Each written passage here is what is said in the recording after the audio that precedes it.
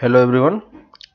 तो last class में हम लोगों ने इक्वेशन ऑफ लाइन देखा था 3D के केस में। ठीक है, इसी में वेक्टर के एप्लीकेशन में एक और पार्ट है हमारे पास जिसमें हमें इक्वेशन ऑफ प्लेन लिखना है।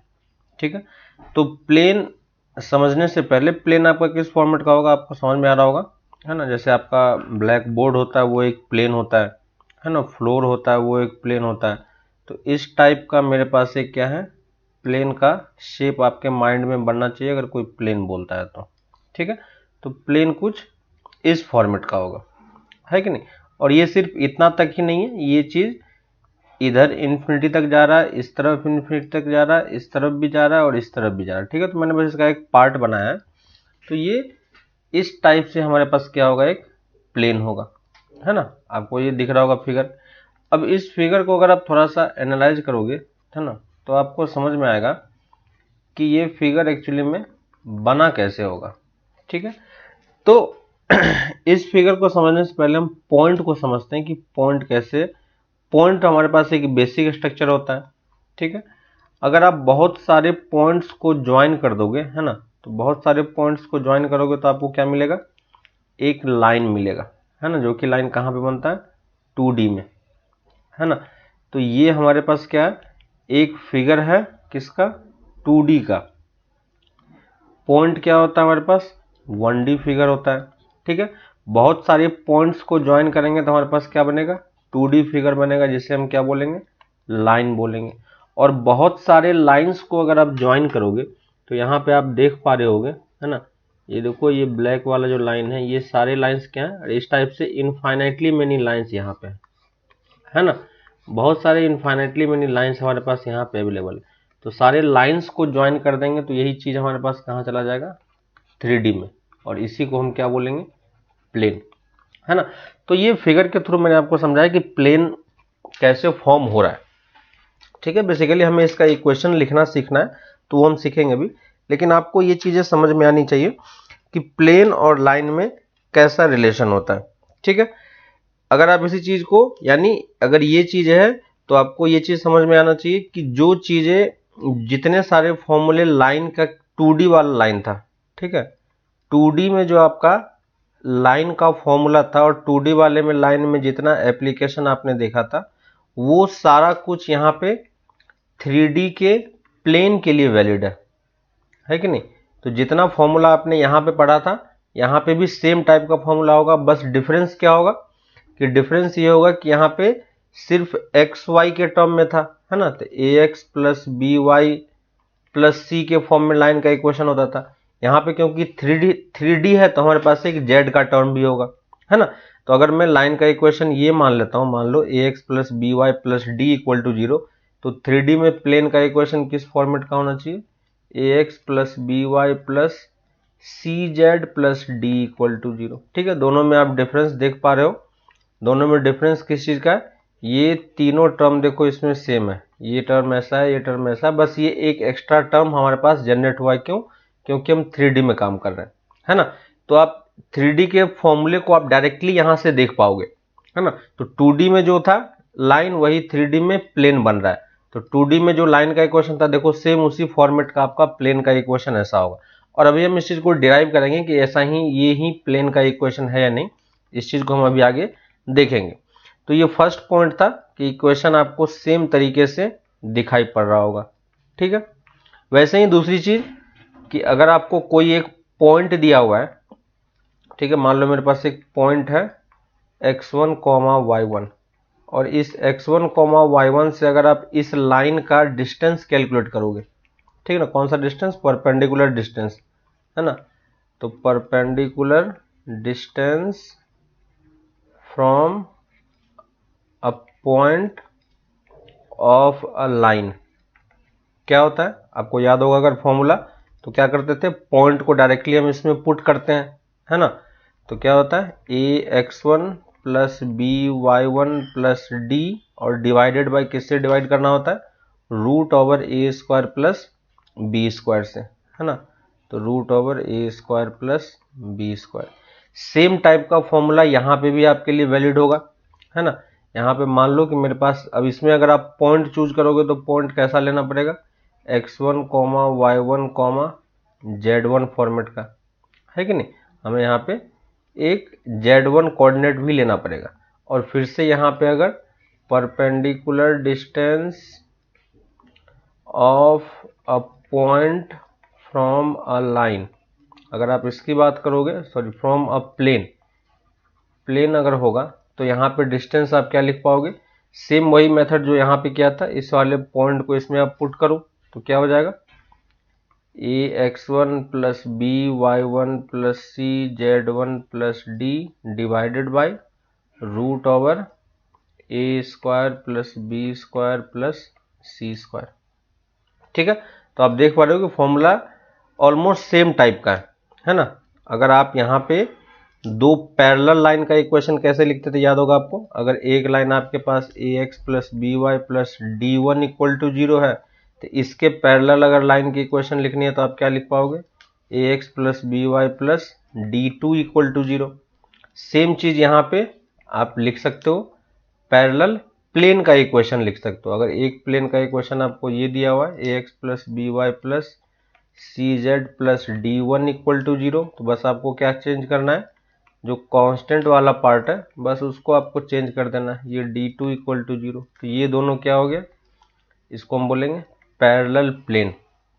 ये क्या है, पैरेलल प्लेन, और ये दोनों क्या है, पैरेलल लाइन, है ना। ये क्या है, पैरेलल लाइन।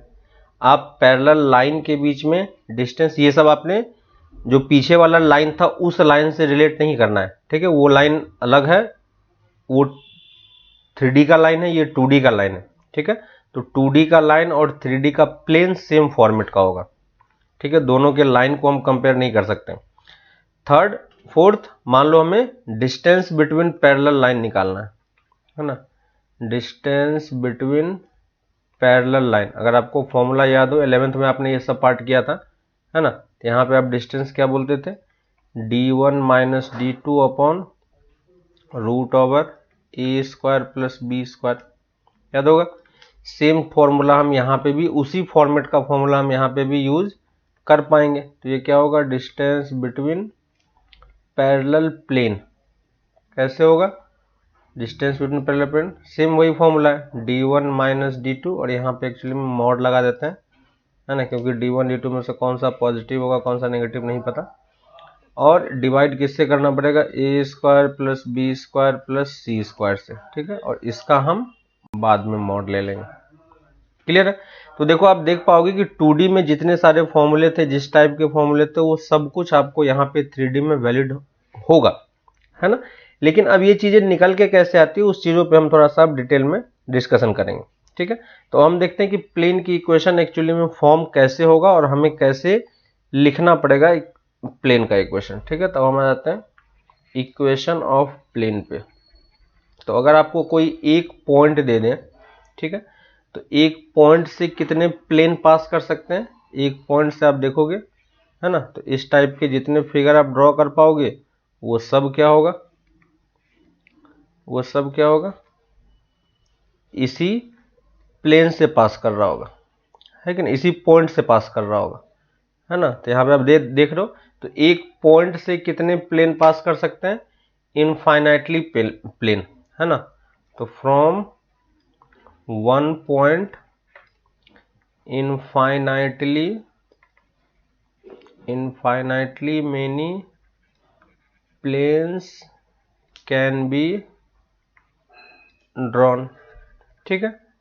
वैसे ही अगर दो पॉइंट हमारे पास गिवन हो, ठीक है, तो दो पॉइंट से हम कितने प्लेन ड्रॉ कर पाएंगे, तो दो पॉइंट से भी आप क्या कर सकते हो, इनफाइनाइटली मेनी प्लेन ही ड्रॉ कर पाओगे, ठीक है। इस केस में भी आप इनफाइनाइटली ही ड्रॉ कर सकते हो, कोई दिक्कत नहीं है। तो यहां पे भी आपके पास क्या होगा, from two points infinitely many planes can be drawn, ठीक है। तो यहाँ पे भी आप इनफाइनाइटली मेनी प्लेन्स ड्रॉ कर पाओगे। लेकिन अगर मेरे पास 3 पॉइंट होंगे, ठीक है, तो 3 पॉइंट से आप कितने प्लेन ड्रॉ कर पाओगे, 3 पॉइंट से आप एक यूनिक प्लेन ड्रॉ कर सकते हो, ठीक है ना। तो फ्रॉम 3 पॉइंट्स, लिख लो next point, from 3 points an unique plane can be drawn. ठीक है, यानी एक प्लेन की इक्वेशन लिखने के लिए हमें कितने पॉइंट की जरूरत है, हमें 3 पॉइंट चाहिए होगा, है ना। तो 3 पॉइंट से आप एक यूनिक प्लेन लिख पाओगे किसी भी केस में। लेकिन अगर आपके पास 3 से ज्यादा या कम पॉइंट है तो आपके पास यूनिक प्लेन नहीं होगा, ज्यादा प्लेन होगा। ठीक है, तो हमारे पास बेसिक कंडीशन क्या हो गया कि प्लेन की इक्वेशन के लिए हमें क्या चाहिए, 3 पॉइंट चाहिए, है ना। तो हम देखते हैं कि मान लो मेरे पास ये एक 3 पॉइंट है। ठीक है, तो ये 3 पॉइंट है और इससे मुझे एक प्लेन का इक्वेशन लिखना है। ठीक है, तो मैं पहले प्लेन ड्रॉ कर लेता हूं। इस प्लेन का हमें इक्वेशन लिखना है जिसमें हमारे पास क्या है, इस प्लेन में हमारे पास 3 पॉइंट गिवन है। अब पॉइंट गिवन है तो हम फिर से किस फॉर्मेट में ले लेंगे, पोजीशन वेक्टर के फॉर्मेट में, है ना। तो ये मैंने क्या किया, 3 पॉइंट यहां पे लिख दिया। ये वेक्टर के फॉर्मेट में लिखा हुआ है लेकिन ये तीनों क्या है, पॉइंट्स हैं। ठीक है, तो let A B C be the 3 position vector. ठीक है, पोजीशन वेक्टर इसका मतलब क्या है, ये पॉइंट्स है ना, पोजीशन वेक्टर। अब हमें इस तीनों पॉइंट से पास होने वाला कौन सा प्लेन है, ये वाला प्लेन जो हमने अभी ड्रॉ किया हुआ है ना। तो इस प्लेन का हमें इक्वेशन लिख के बताना है कि इस प्लेन का इक्वेशन क्या होगा। ठीक है, तो अब देखो इस प्लेन P का हमें इक्वेशन लिखना है। तो पहली चीज तो हमें इसमें कुछ ना कुछ एक वेरिएबल का टर्म लेना पड़ेगा। ठीक है, तो वेरिएबल के लिए हम क्या करते हैं, एक पॉइंट फिर उसी तरीके से R ले लेते हैं, है ना। तो R क्या है, यहाँ पे पोजीशन वेक्टर है, position vector of general point, है ना। तो जनरल पॉइंट का मेरे पास एक पोजीशन वेक्टर है। अब मुझे एक्चुअली में प्लेन का इक्वेशन लिखना है तो मुझे क्या करना होगा, तो देखो यहाँ पे मैं क्या कर रहा हूँ, यहाँ से मैं ए और बी वेक्टर को ज्वाइन कर रहा हूँ। ठीक है, तो ए बी वेक्टर को ज्वाइन करेंगे तो हमारे पास कौन सा वेक्टर मिलेगा, B vector minus A vector, है कि नहीं, B vector minus A vector. वैसे ही मैंने एक इस दोनों पॉइंट को ज्वाइन किया। इसे दोनों पॉइंट को ज्वाइन क्यों किया, इस आर को क्यों नहीं लिया, क्योंकि ये सब नोन पॉइंट है। ठीक है, तो यहां से मैंने एक दूसरा वेक्टर जनरेट किया, B vector minus C vector, कुछ भी ले लो, सी माइनस बी, बी माइनस सी, कोई फर्क नहीं पड़ता। और अगर आप इन दोनों का क्रॉस प्रोडक्ट ले लोगे, ठीक है, इन दोनों का मैं क्या कर रहा हूं, क्रॉस प्रोडक्ट में यूज कर रहा हूं। इसका क्रॉस प्रोडक्ट किस डायरेक्शन में होगा, इस प्लेन के परपेंडिकुलर हो जाएगा, याद होगा आपको, है ना। क्रॉस प्रोडक्ट क्या होता है, गिवन दोनों वेक्टर के परपेंडिकुलर होता है। ठीक है, तो अगर ये इसके परपेंडिकुलर, इसका मतलब ये जो प्लेन है इसके किसके परपेंडिकुलर हो गया, प्लेन के भी परपेंडिकुलर हो गया, है ना। तो इसको मैं, ये कौन सा वेक्टर हो गया मेरे पास, B minus A cross B minus C vector, है ना। ये दोनों वेक्टर का मैंने क्रॉस ले लिया। ठीक है, तो यहां से मैंने ये देखो इन दोनों का मैंने क्रॉस कर दिया, तो ये हमारे पास क्या हो गया, इसको हम बोल रहे हैं, इस वाले वेक्टर को हम बोल रहे हैं नॉर्मल वेक्टर। इसको हम क्या बोल रहे हैं, नॉर्मल वेक्टर। क्लियर है, तो मैंने अभी बस एक नॉर्मल वेक्टर जनरेट किया, इसी वेक्टर को हम बोल रहे हैं नॉर्मल वेक्टर, है ना। और ये नॉर्मल वेक्टर किसका नॉर्मल है, और ये नॉर्मल वेक्टर क्या होता है, परपेंडिकुलर टू दी प्लेन, है ना। तो नॉर्मल वेक्टर क्या होगा, हमेशा प्लेन के परपेंडिकुलर होगा। ठीक है, तो मैंने ये चीज कर दिया। अब यहां पे मैं क्या कर रहा हूं, किसी भी एक पॉइंट को आर से आप ज्वाइन कर दो, किसी भी एक पॉइंट को आप आर से ज्वाइन कर दो।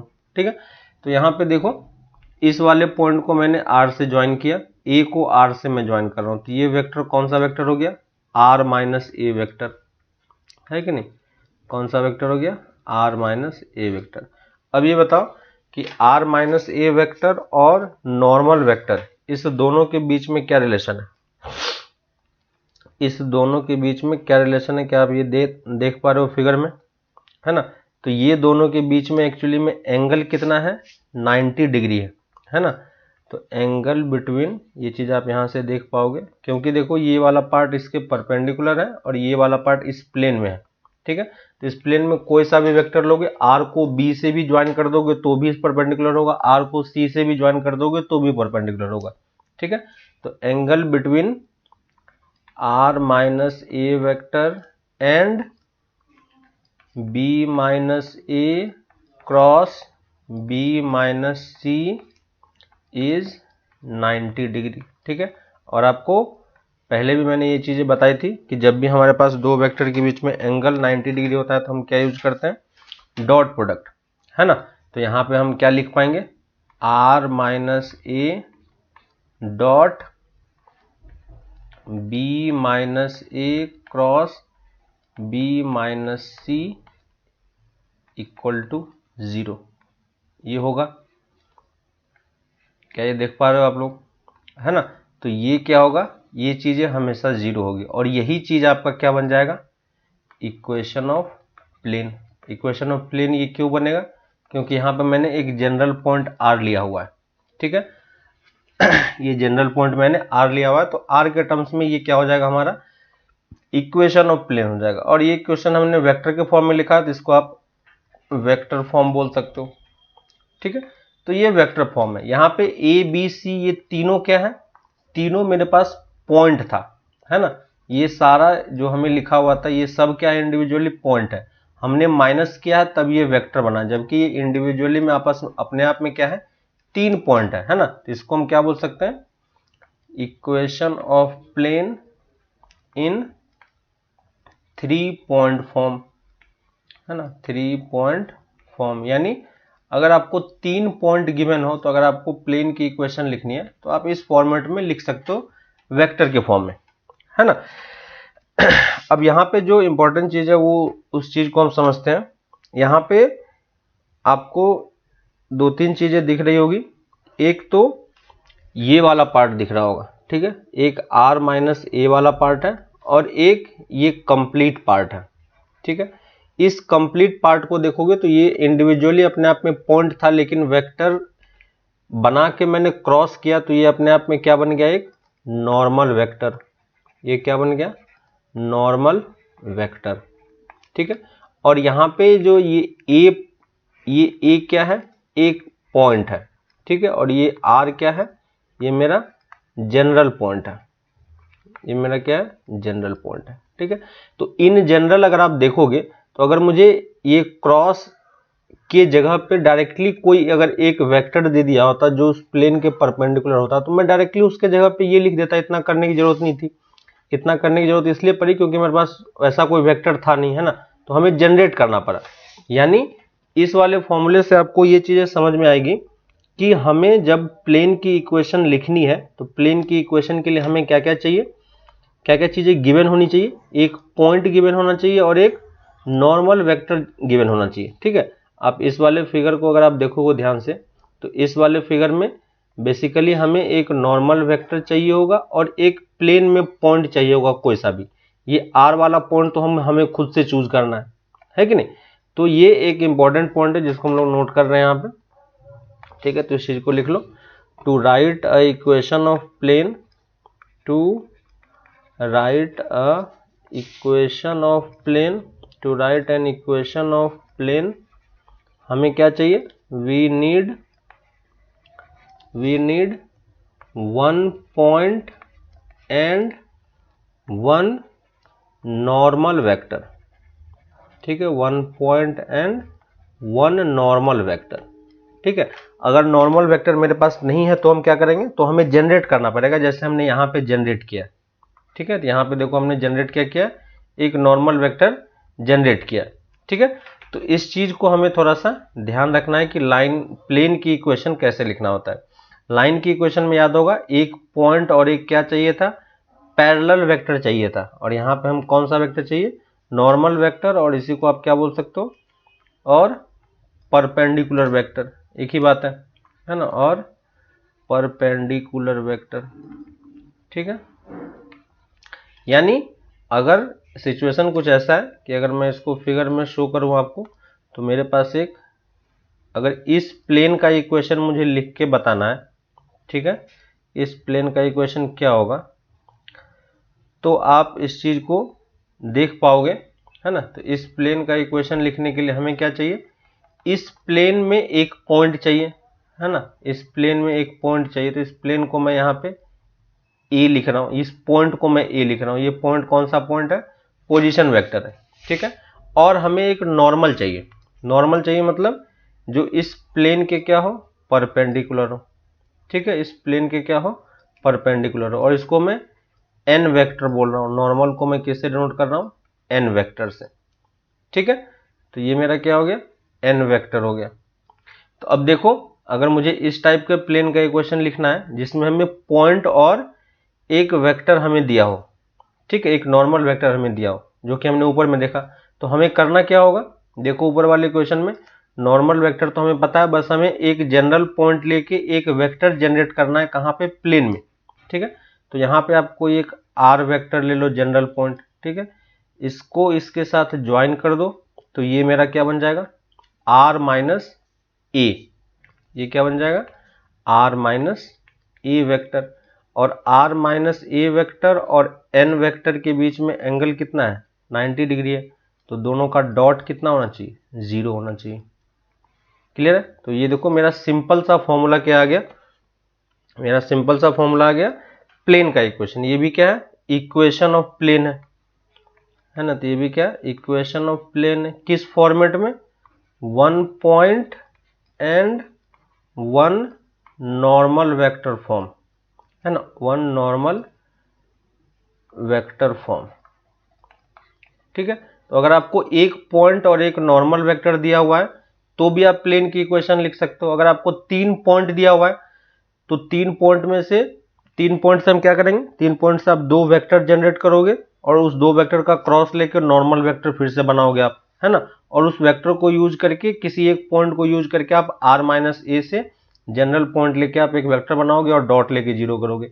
यहाँ पे भी हमने सेम वही चीज किया है, ठीक है। तो ये भी किस फॉर्मेट में, वेक्टर फॉर्म में, है ना, क्योंकि यहाँ पे भी आप देख रहे हो कि सब कुछ मेरा वेक्टर के फॉर्म में लिखा हुआ है। क्लियर है यहाँ तक। तो बेसिकली हमें इसी फॉर्मेट को थोड़ा सा ध्यान देना है, क्योंकि हम लोग मैक्सिमम टाइम पे यही चीजें ध्यान रखेंगे, है ना। तो यहाँ पे ये मेरा वेक्टर फॉर्म एक इक्वेशन हो गया। अगर मैं इसी चीज को कार्टेशियन में कन्वर्ट करूं, है ना, ये कौन सा फॉर्मेट है, वेक्टर फॉर्म है ना। अगर मैं इसी चीज को कार्टेशियन में कन्वर्ट करूं, सेम इसी फॉर्मूले को, जैसे हमने लाइन के केस में वेक्टर फॉर्म को कार्टेशियन फॉर्म में कन्वर्ट किया था, ठीक है। तो याद होगा आपको, वहां पे हम आर वेक्टर को, देखो ये वेक्टर फॉर्म में हमारे पास क्या लिखा हुआ है, तो सेम वही ऊपर वाला इक्वेशन में लिख रहा हूं, R minus A dot N vector equal to 0, ठीक है। यहाँ पे एक एक वेक्टर को देखोगे, सबसे पहले तो मेरे पास आर वेक्टर है, ये क्या है, पोजीशन वेक्टर है ना, और जनरल पॉइंट है। तो जनरल पॉइंट हम किस तरीके से लेते थे लाइन में, सेम उसी तरीके से यहाँ पे लेंगे, एक्स आई प्लस वाई जे प्लस जेड के, ठीक है। एक गिवन पॉइंट होगा, गिवन पॉइंट यहाँ पे क्या है, ए वेक्टर, है ना, ए पोजीशन वेक्टर। और ए को मैं इस तरीके से लिख रहा हूँ क्योंकि आपको आई जे के फॉर्मेट में ही दिया होगा, है ना। तो ये A3 के हो गया। और इसको मैं ए, ठीक है, इस फॉर्मेट में लेते हैं, कोई दिक्कत नहीं है ना। और दूसरी चीज, एक और एन वेक्टर दिया होगा जिसको हम क्या बोलते हैं, नॉर्मल वेक्टर, है ना। तो ये मेरा क्या है, वेक्टर है, नॉर्मल वेक्टर एन। और इसको मैं इस तरीके से लिख रहा हूं, ठीक है, इसको मैं ए आई प्लस, ठीक है, इसमें, ठीक है, कोई दिक्कत नहीं, एन को मैं एल आई ले लेता हूं, L I plus M J plus N K, ठीक है। कुछ भी आप ले सकते हो, कोई प्रॉब्लम नहीं, क्योंकि ए हमने ऑलरेडी यूज कर लिया, इसलिए मैं यहां पे यूज नहीं कर रहा हूं, ठीक है। अब देखो इसी चीज को अगर आप मल्टीप्लाई करोगे तो ये क्या बन जाएगा, R dot N minus A dot N equal to 0 और r डॉट एन को हम क्या लिख पाएंगे, देखो r डॉट एन को हम क्या लिख पाएंगे, एक d में एज्यूम कर रहा हूँ। d क्यों एज्यूम कर रहा हूँ, क्योंकि a डॉट एन आपको क्या देगा, एक स्केलर क्वांटिटी है ना। a डॉट प्रोडक्ट क्या होता है, स्केलर क्वांटिटी, तो इसको मैं एक स्केलर d के इक्वल मान रहा हूँ, है कि नहीं, जो कि हमें कैलकुलेट करने की जरूरत नहीं है, वो क्वेश्चन में होगा तो कैलकुलेट कर लेंगे, नहीं होगा तो कोई दिक्कत नहीं है, ठीक है। n को मैं यहाँ पे थोड़ा सा आपको फेमिलियर बनाने के लिए मैं ai plus B J plus C के फॉर्मेट में ले रहा हूँ, ठीक है। x मेरा क्या था, एक्स आई प्लस वाई जे प्लस जेड के फॉर्मेट में लिखा हुआ था, है ना। तो यहाँ पे देखो मेरे पास जो r है वो इस फॉर्मेट में लिखा हुआ है और n मेरा इस फॉर्मेट में लिखा हुआ है। दोनों का डॉट लेंगे तो क्या होगा, देखो ध्यान से, A X plus B Y plus C Z equal to D. दिख रहा है क्या, ये हमारा क्या है, A X plus B Y plus C X equal to, यही हमारा क्या है, कार्टेशियन फॉर्मेट है। क्लियर है, ये मेरा क्या है, कार्टेशियन फॉर्मेट है। और मैक्सिमम टाइम पे आपको प्लेन की इक्वेशन किस फॉर्मेट में गिवन होगी, मैक्सिमम टाइम पे ये चीज आपको कार्टेशियन फॉर्मेट में ही गिवन होगा और ये हमेशा इसी फॉर्मेट में आपको गिवन होगा, ठीक है। तो इसी फॉर्मेट में हमें समझना है। लेकिन यहाँ पे एक और चीज हमें ध्यान देने वाली बात है कि प्लेन की इक्वेशन लिखने के लिए हमें क्या चाहिए था, एक पॉइंट और एक नॉर्मल वेक्टर, जबकि अगर हमें प्लेन की इक्वेशन गिवन है तो हमें क्या चीजें पता है ना। तो इस वाले में देखो ये a डॉट एन आपस में मल्टीप्लाई हो गया है, यहाँ पे देखो ये a डॉट एन आपस में मल्टीप्लाई होकर d बन गया है, ठीक है।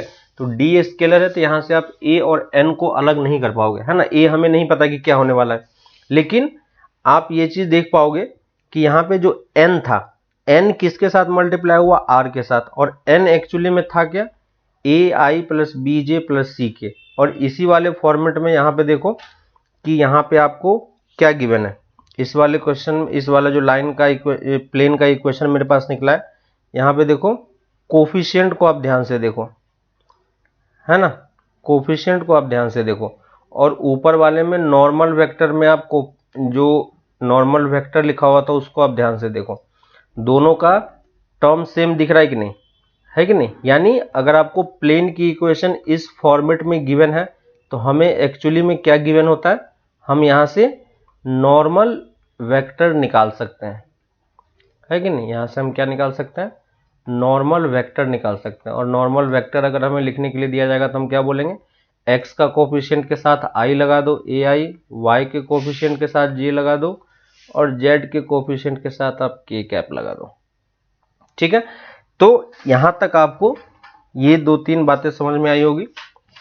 पहली चीज कि अगर हमें लाइन प्लेन की इक्वेशन लिखनी है तो हमें क्या चाहिए होगा, है ना। तो देखो मैं इस चीज को फिर से यहां पे नोट डाउन कर रहा हूं, to write an equation of plane, we need one point and one normal vector, ठीक है, one point and one normal vector. और इस वाले फॉर्मेट में हम लाइन की इक्वेशन, प्लेन की इक्वेशन कैसे लिख पाएंगे, r dot N equal to 0, ठीक है। तो अगर आपको प्लेन की इक्वेशन लिखना हो तो आप वेक्टर फॉर्मेट से ही लिखना, ठीक है, वहां पे आपको इजी पड़ेगा क्योंकि हमें एक पॉइंट और एक नॉर्मल वेक्टर चाहिए होगा। लेकिन इसी को अगर हम रिवर्स डायरेक्शन में देखें, इफ इक्वेशन ऑफ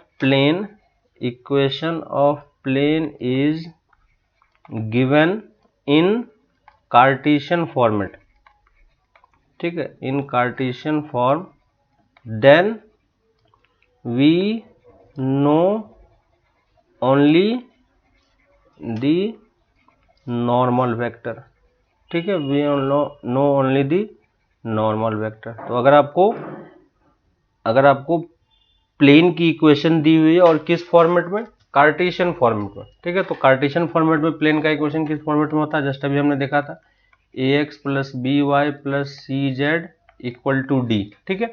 डी इस तरफ भी हो सकता है, प्लस डी इक्वल टू 0 कर कर देगा, ठीक है, या इस तरफ इक्वल टू जीरो भी लिखा रहता है, कोई फर्क नहीं पड़ता उससे, ठीक है।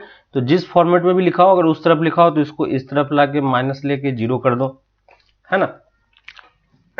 तो इस फॉर्मेट में भी लिखा हुआ है, तो यहां से अगर कोई मुझे नॉर्मल वेक्टर पूछता है कि इस प्लेन का नॉर्मल वेक्टर क्या होगा, तो हम क्या बताएंगे, जो x y और z का कोफिशिएंट है, बस उसी कोफिशिएंट को आपको वेक्टर के टर्म में लिख देना है, वही आपका क्या बन जाएगा, नॉर्मल वेक्टर बन जाएगा, ठीक है। तो यहाँ पे इंपॉर्टेंट चीज है, ठीक है। लाइन के केस में क्या था कि एक लाइन की इक्वेशन लिखने के लिए आपको एक प्लेन, एक पॉइंट और एक पैरेलल वेक्टर चाहिए था, लेकिन और अगर आपको लाइन की इक्वेशन गिवन है तो भी आपको पॉइंट और पैरेलल वेक्टर पता होता था, है ना। लेकिन यहाँ पे क्या प्रॉब्लम है, यहाँ पे आपको प्लेन की इक्वेशन लिखने के लिए एक पॉइंट और एक नॉर्मल वेक्टर चाहिए होगा, लेकिन अगर आपको प्लेन की इक्वेशन गिवन है, जो कि बेसिकली आपको मैक्सिमम टाइम पे इसी फॉर्मेट में गिवन होगा, है ना। अगर इस फॉर्मेट में दिया हुआ है तब तो आप पॉइंट और नॉर्मल निकाल सकते हो इजीली, ठीक है। लेकिन मैक्सिमम टाइम पे मुझे कार्टेशियन फॉर्मेट में दिया होता है, तो हमें यहाँ पे सिर्फ क्या पता चलता है, नॉर्मल वेक्टर ही पता चल पाता है, ठीक है। तो प्लेन के केस में आपको नॉर्मल वेक्टर एक ऐसी चीज है जो आपको बाय डिफॉल्ट पता होगा, चाहे वो किसी भी फॉर्मेट में दिया हो, है ना। तो किसी भी फॉर्मेट में हो, वहां से आप इजीली इस चीज को निकाल पाओगे, कोई प्रॉब्लम आपको नहीं होगी, ठीक है। तो आपको ये दो तीन फॉर्मेट आपको समझ में आया कि प्लेन का इक्वेशन या लाइन का इक्वेशन हम कैसे लिखते हैं, ठीक है। एक और फॉर्म होता है लाइन का, जिसे हम बोलते हैं इंटरसेप्ट फॉर्म, ठीक है। तो नेक्स्ट लिख लो, सॉरी, प्लेन का equation intercept form of plane, intercept form of plane, यानी प्लेन का इक्वेशन हमें इंटरसेप्ट फॉर्म में लिखना है। मतलब क्या हो गया कि अगर आपको x एक्सिस, y एक्सिस और z एक्सिस पे प्लेन कितने कितने डिस्टेंस पे कट कर रहा है, अगर हमें ये चीजें पता हो जाए, ठीक है। तो ये मेरा x है, y है और ये z है ना।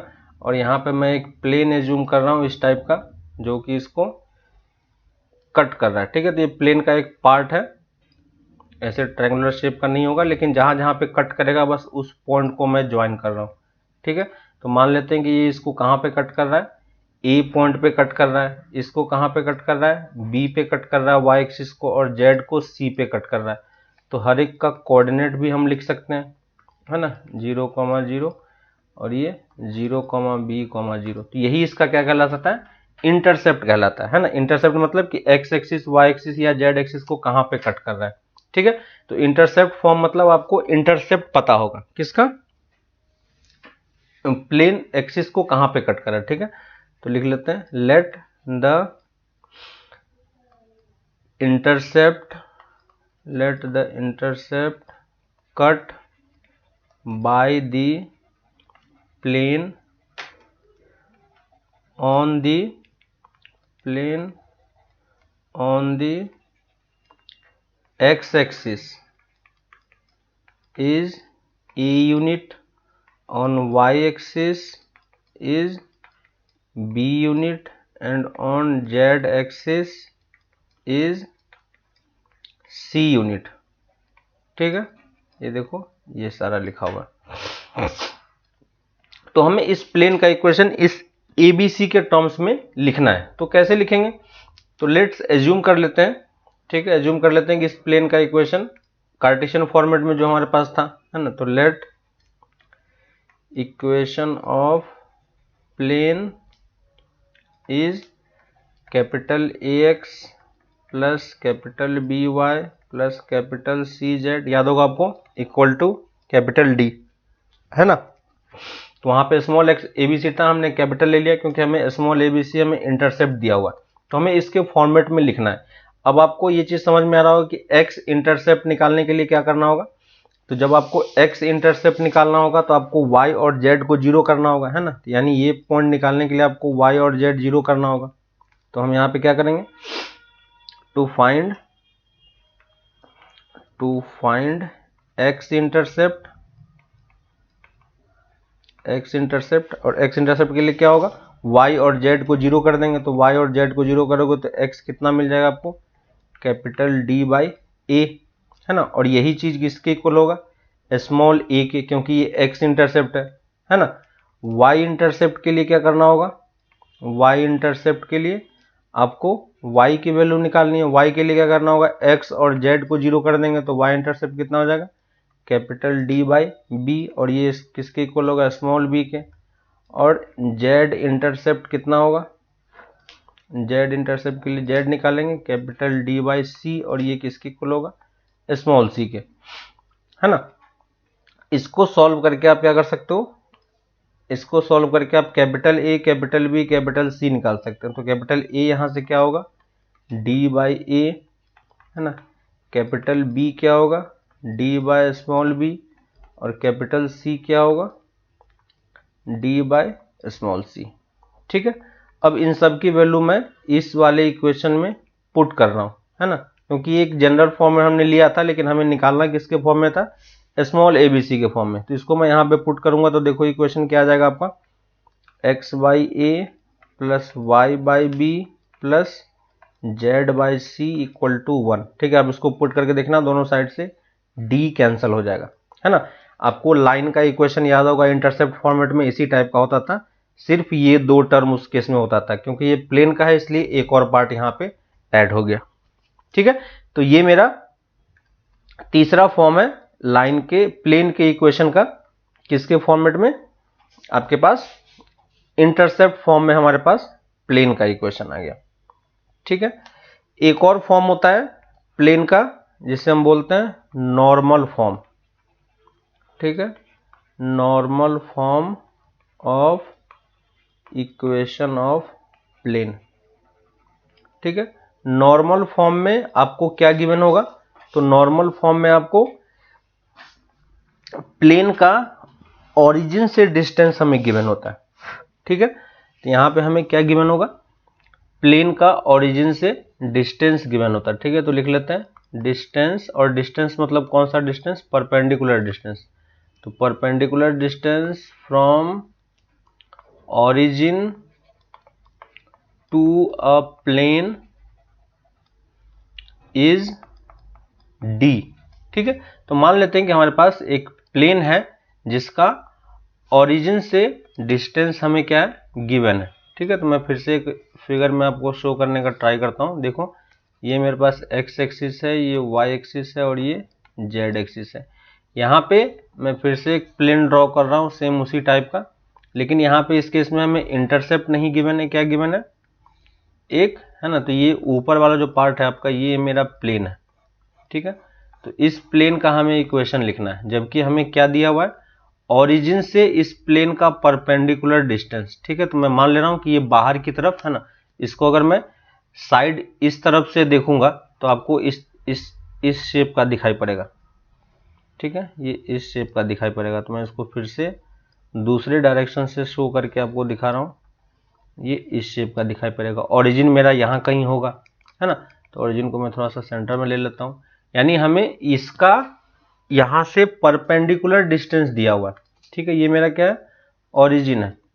तो इसका इस प्लेन से परपेंडिकुलर डिस्टेंस हमें कितना दिया हुआ है, d दिया हुआ है।